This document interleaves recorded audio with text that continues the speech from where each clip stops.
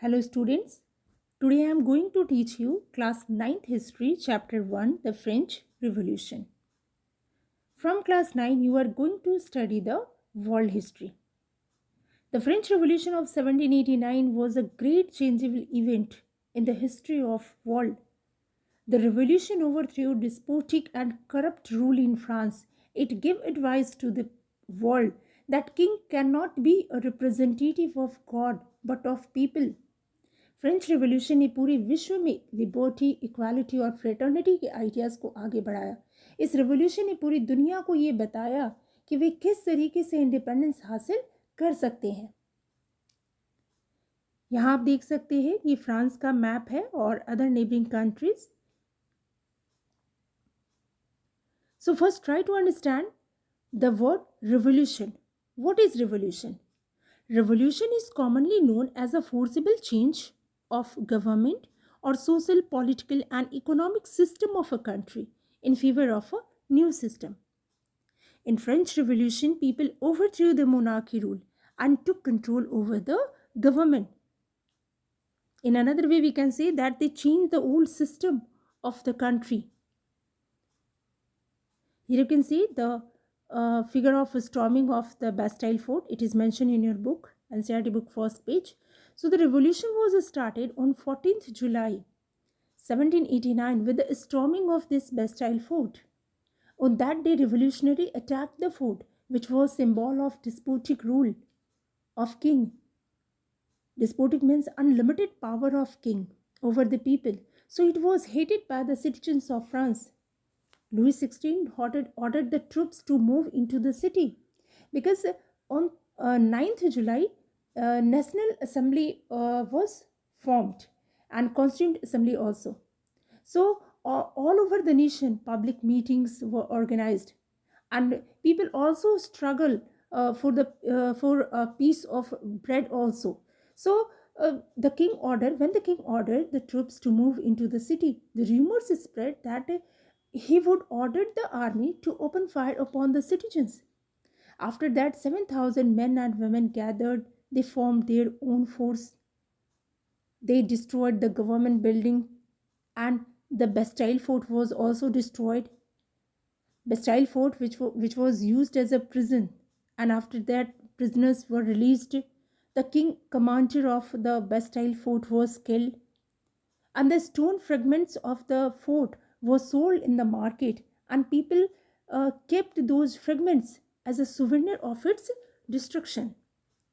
Now 14 July is observed as a national day in France. So यहाँ ये सवाल उठता है कि आखिर फ्रांस की जनता में इतना आक्रोश क्यों था. इतना आक्रोश था कि यहाँ तक कि उन्होंने वहाँ के किंग लुइस 16 और उनकी जो वाइफ थी मैरी एंटोनेट, उन्हें एग्जीक्यूट कर दिया गया. So let's know the main causes of the French revolution. First cause social cause, second political cause, third economic cause, fourth intellectual cause, and fifth immediate cause. First, social cause. The French society was divided into three states: first state, second state, and third state. First state, clergy. So these clergy were the honor of all religious center in France. Roman Catholic was the national religion of France, and they were rich, tax free, and they enjoyed all the privileges in the society. The second state was called nobility. They were rich landlords. Higher posts in civil and military were reserved for them, and this feudal group exploited the common people from many years. Here third state, rest of the population. So 90% of the population were in third state, included doctors, professors, businessmen, merchants, traders, farmers, servants, landless laborers. These all were in third state. The members of first two states, clergy and nobility, enjoyed all the privileges and they exempted to pay the taxes. Generally ऐसा देखा जाता है जो जितना earn करता है वो उतना ही टैक्स पे करता है, लेकिन फ्रांस में टैक्स का जो बर्डन था वो वहाँ की गरीब जनता के ऊपर था. Tithe, which was one tenth of agriculture product, which they had to pay to clergy members. Tally, a direct tax, which paid to the tax and many other taxes. Even उन्हें नमक पे भी टैक्स देना पड़ता था. Next, political cause. From 1553, there was a despotic rule of Bourbon dynasty in France. Here, the list of the rulers of Bourbon dynasty are under Louis XVI and Mary Antoinette. She was Austrian princess. So, all rulers followed divine right theory. All powers was centralized with King Louis, and laws were unwritten.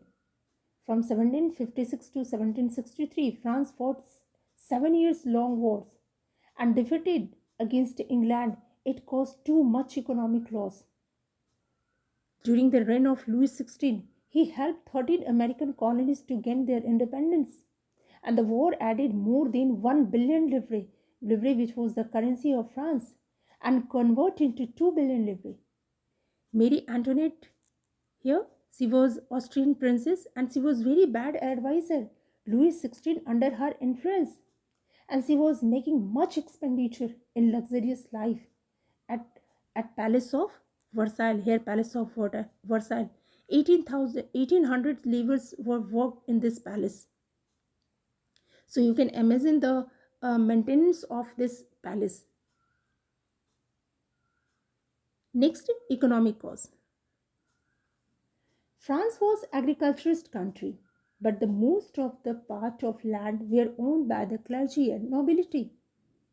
Farmers had to pay taxes to government, but government did nothing to improve farming.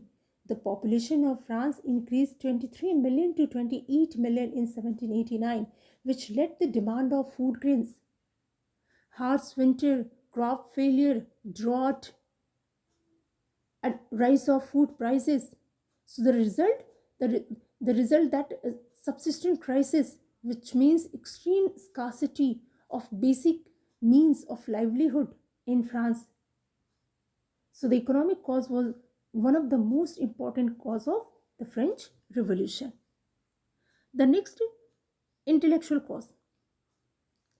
French philosophers played a very important role in French Revolution. John Locke, he criticized the doctrine of divine, that king is not the supreme power and representative of God. Rousseau was the great philosopher, and in his book, The Social Contract, he wrote that there should be a contract between people and representatives. He wrote that man is born free. He criticized the clergy for their corruption, and he put the principle of liberty and sovereignty. Napoleon Bonaparte said that if there had been no Rousseau, the French Revolution would have been not occurred. Napoleon Bonaparte ने कहा था कि अगर Rousseau ना होता तो France की क्रांति भी ना होती. Montesquieu wrote a book, Spirit of Laws, in 1748. He gave his famous theory on separation of power. He said that power of government should be divided in legislative, executive, and judiciary. Otherwise, there will be injustice with people. Voltaire, he was poet also. He attacked on church, and he criticized luxurious life of the clergy members. He proposed the idea of freedom, and of freedom of religion and freedom of speech. Here, Montesquieu and Rousseau. The last cause is immediate cause. Due to the financial crisis, Louis XVI planned to impose further taxes. On 5th May 1789, he called a meeting of States General to pass the proposal of new taxes. States General was a political body, like we can say Lok Sabha. So the meeting was called after 175 years in Palace of Versailles. The first state and second state sent 300 representatives, each who were seated at row facing. while 600 members of third state had to stand at the back. The voting of States General in the past had been conducted according to the principle of each state one vote. Means first state one vote, second state one vote, and third state one vote. Louis XVI determined to continue the same practice. But the members of third state demanded, this time they demanded that each member would have one vote. And when the king rejected this proposal, the members of third state walked out in protest and the revolution of 1789 was started. Thank you, class.